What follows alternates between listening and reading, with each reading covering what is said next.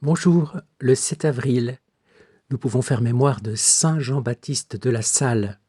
Saint Jean-Baptiste de La Salle naquit à Reims le 30 avril 1651 dans une famille aisée, cultivée et profondément chrétienne. Rien ne semblait devoir le détourner d'une carrière ecclésiastique honorable et tranquille. Très jeune, il reçut la tonsure, puis un canonicat au chapitre de la cathédrale de Reims, ce qui lui assurait déjà une situation stable. Mais la Providence le fit entrer très tôt dans l'épreuve. Devenu orphelin alors qu'il n'avait pas encore achevé sa formation, il dut prendre en charge l'éducation de ses frères et sœurs plus jeunes. Cette responsabilité familiale, acceptée avec gravité, mûrit en lui un sens très concret du devoir et du don de soi. Malgré ses charges, il persévéra dans sa vocation et fut ordonné prêtre en 1678. Son existence aurait pu demeurer celle d'un chanoine pieux, savant et estimé. Pourtant, Dieu l'attendait ailleurs. La rencontre avec Adrien Niel, qui cherchait à ouvrir à Reims des écoles pour les enfants pauvres, fut pour lui un tournant décisif. Jean-Baptiste comprit, peu à peu, que l'éducation chrétienne de la jeunesse abandonnée n'était pas une œuvre secondaire, mais une véritable urgence évangélique. Il ne s'agissait pas seulement d'apprendre à lire ou à écrire, mais d'arracher des enfants à l'ignorance, à la misère morale et à la désespérance, en les conduisant à une vie humaine et chrétienne plus digne. Cette intuition, d'abord modeste, devint l'axe de toute sa vie. Pour répondre pleinement à cet appel, il consentit à un dépouillement réel. Il renonça à son canonicat, se sépara de ses biens, distribua son héritage aux pauvres pendant les années de famine et choisit de partager la vie pauvre et précaire des maîtres d'école qu'il formait. Ce renversement fut radical. Le bourgeois rémois, promis à une existence réglée, entra librement dans l'insécurité matérielle, les oppositions et les humiliations. Il voulut que ceux qui enseignaient les enfants pauvres ne soient ni de simples employés, ni des prêtres, mais des frères entièrement consacrés à cette mission. Ainsi naquit l'Institut des frères des écoles chrétiennes. Cette nouveauté était considérable. Elle unissait vie fraternelle, consécration religieuse, formation pédagogique et service direct des enfants. Jean-Baptiste de La Salle ne se contenta pas de fonder des écoles. Il renouvela en profondeur la manière d'enseigner. Dans ses classes, on apprenait à lire en français plutôt qu'en latin, afin que les enfants comprennent réellement ce qu'ils lisaient.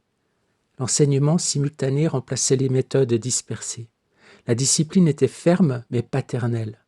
Le maître devait être à la fois éducateur, témoin et homme de prière. Il voulait des écoles gratuites, accessibles aux pauvres, ordonnées, sérieuses et profondément chrétiennes. En cela, il fut non seulement un saint éducateur, mais un véritable rénovateur de la pédagogie. Pourtant, il ne cherchait aucune originalité humaine, il voulait seulement servir plus efficacement le dessein de Dieu sur les enfants.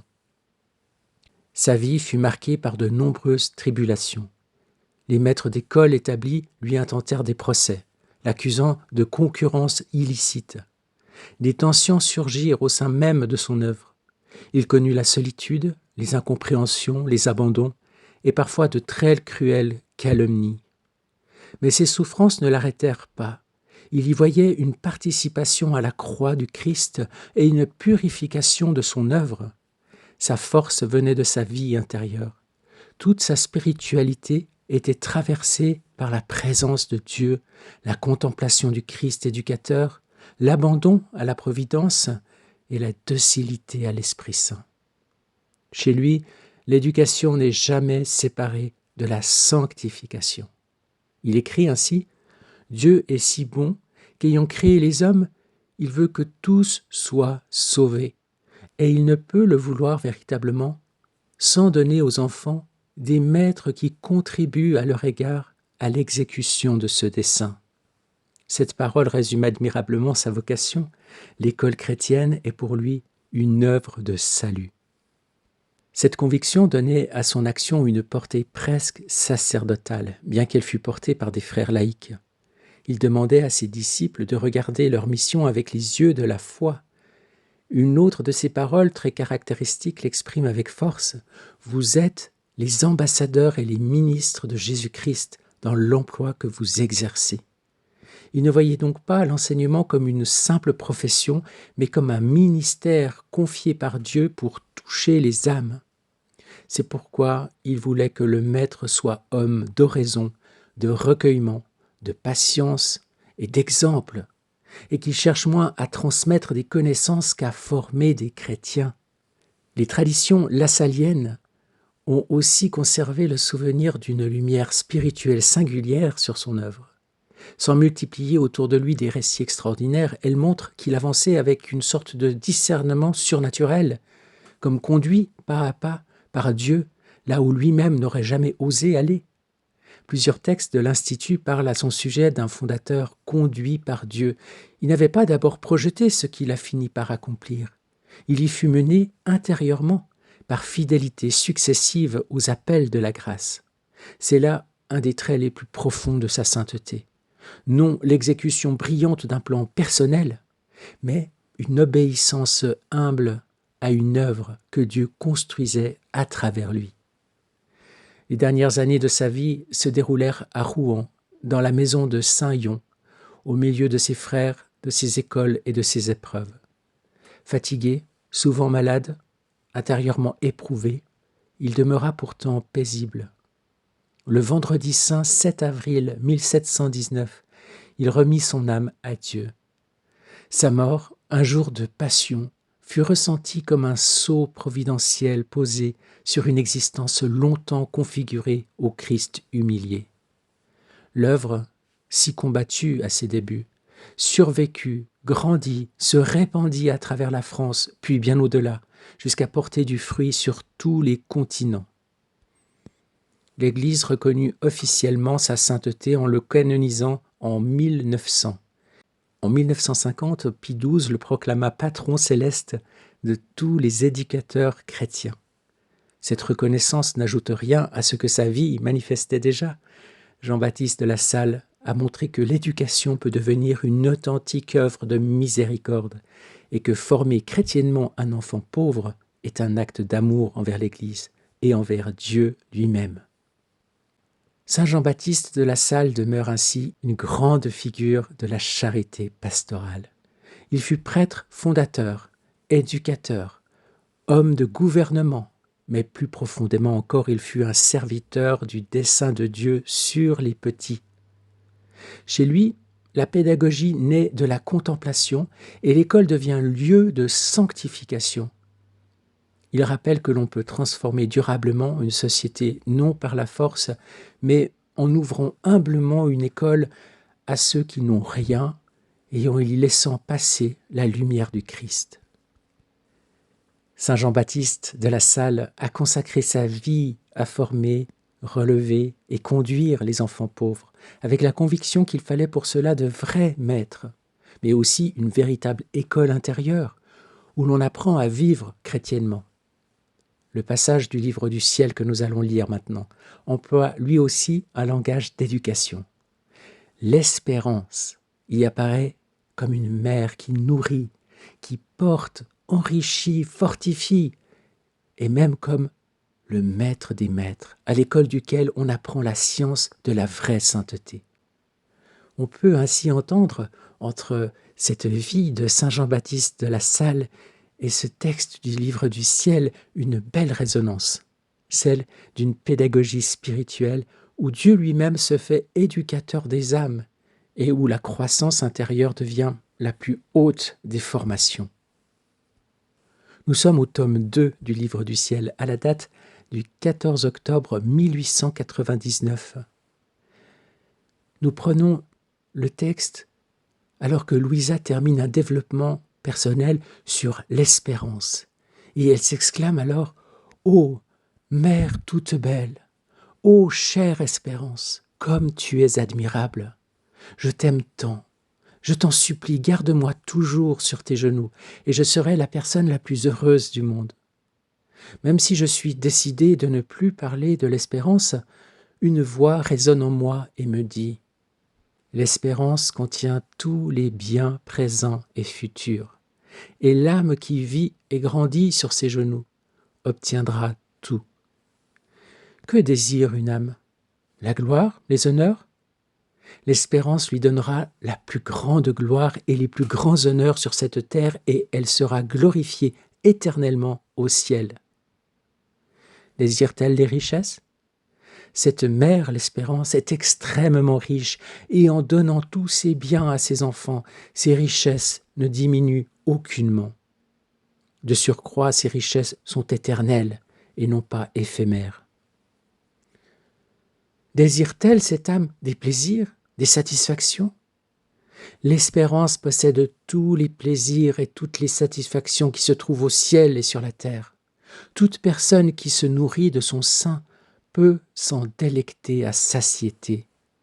De plus, comme elle est le maître des maîtres, toute âme qui se met à son école apprendra la science de la vraie sainteté. En somme, l'espérance nous donne tout. Si quelqu'un est faible, elle le fortifie. Pour ceux qui sont en état de péché, elle a institué les sacrements parmi lesquels se trouve le bain où l'on peut laver ses péchés. Si nous avons faim ou soif, cette mère compatissante nous donne la plus alléchante et délicieuse nourriture, sa chair délicate et son sang très précieux. Que peut faire de plus cette mère pacifique? Qui d'autre lui ressemble? Ah, elle seule a pu réconcilier le ciel et la terre. L'espérance s'est unie à la foi et à la charité. Elle a formé ce lien indissoluble entre la nature humaine et la nature divine. Mais qui est cette mère? C'est Jésus-Christ, notre Sauveur. Amen, Seigneur. Merci pour ces paroles de beauté, d'espérance, de lumière. Oui, l'espérance, identifiée à Jésus-Christ lui-même et à son œuvre de salut et de sanctification. L'espérance, nous la voulons. Nous voulons l'intégrer dans notre vie, nous voulons la respirer, nous voulons la boire, nous voulons vivre dans sa lumière. Nous voulons que toute notre vie soit orientée et comme structurée par l'espérance, par Jésus-Christ, par son œuvre de salut, par son œuvre de sanctification. Merci Seigneur, merci Sainte Trinité, merci divine volonté, d'ainsi nous plonger dans ces grands mystères de la vie divine, de la rédemption accomplie et de la sanctification déjà commencée sur la terre, à partir de la Pentecôte, à partir de la vie sacramentelle de l'Église et jusqu'à la consommation des siècles, et à travers le don de la divine volonté, cet approfondissement inouï de ce que le Seigneur veut faire dès ici-bas, dès maintenant dans notre vie charnelle. Amen. Seigneur, en ce jour, nous voulons te rendre grâce et te remercier pour la belle figure de sainteté de Saint Jean-Baptiste de la Salle et de son œuvre merveilleuse, qui doit encore aujourd'hui inspirer tous nos efforts éducatifs, tous nos efforts pour transmettre à nos enfants et à tous les enfants, quelles que soient leurs conditions, un patrimoine humain et spirituel authentique et qui leur permette de grandir en humanité, en sainteté. Et aujourd'hui, nous pourrions ajouter cette connaissance du livre du ciel, c'est-à-dire cette connaissance de la divine volonté, afin que la génération qui se lève et les générations qui se lèveront soient pleinement conscients de ce que le Seigneur veut faire aujourd'hui dans notre vie, dans la vie du monde, dans les générations humaines, afin d'avoir cette nouvelle ère du règne du divin fiat qui s'établisse enfin sur la terre. Oui, Seigneur, nous voulons plonger tous les actes, toutes les pensées, les battements de cœur, les respirations de Saint Jean-Baptiste de la Salle dans le grand bain de ta divine volonté, Seigneur, dans l'océan de lumière et de beauté, de sagesse et de grandeur qu'est ta divine volonté. Et nous voulons déposer sur lui et déverser dans son âme toutes tes qualités divines, Seigneur. Nous te le demandons en étant unis dans ta divine volonté. Nous opérons dans ta divine volonté comme tu opères en nous. Et nous voulons ainsi tout réordonner dans l'ordre divin et apposer le sceau de la divine volonté sur chacun de ces actes. Nous voulons ajouter notre je t'aime, je te bénis, je te glorifie, je te rends grâce. Et au nom de tous et pour tous, nous voulons ainsi t'offrir un bouquet de beauté, de sainteté, de grandeur, avec Jean-Baptiste. Et nous voulons réjouir Jean-Baptiste et tous ses frères et sœurs au ciel avec toi, pour te glorifier, te rendre grâce et te demander ce grand don de la divine volonté répandu sur la terre. Maranatha, fiat, amen, alléluia. Gloire à toi, Seigneur, sois béni. Que ton soleil divin se lève en nous aujourd'hui, Seigneur, que nous soyons unis à toi et que tous nos actes soient reconnus par toi comme les tiens, parce que c'est ta divine volonté qui opère en nous et qui fait que nous soyons vraiment unis intimement à toi, comme dans le Verbe incarné, il y avait union de la nature divine et de la nature humaine. Gloire à toi, Seigneur, sois béni. Amen, fiat. Soyez bénis et à demain pour une nouvelle vidéo. Bonne journée.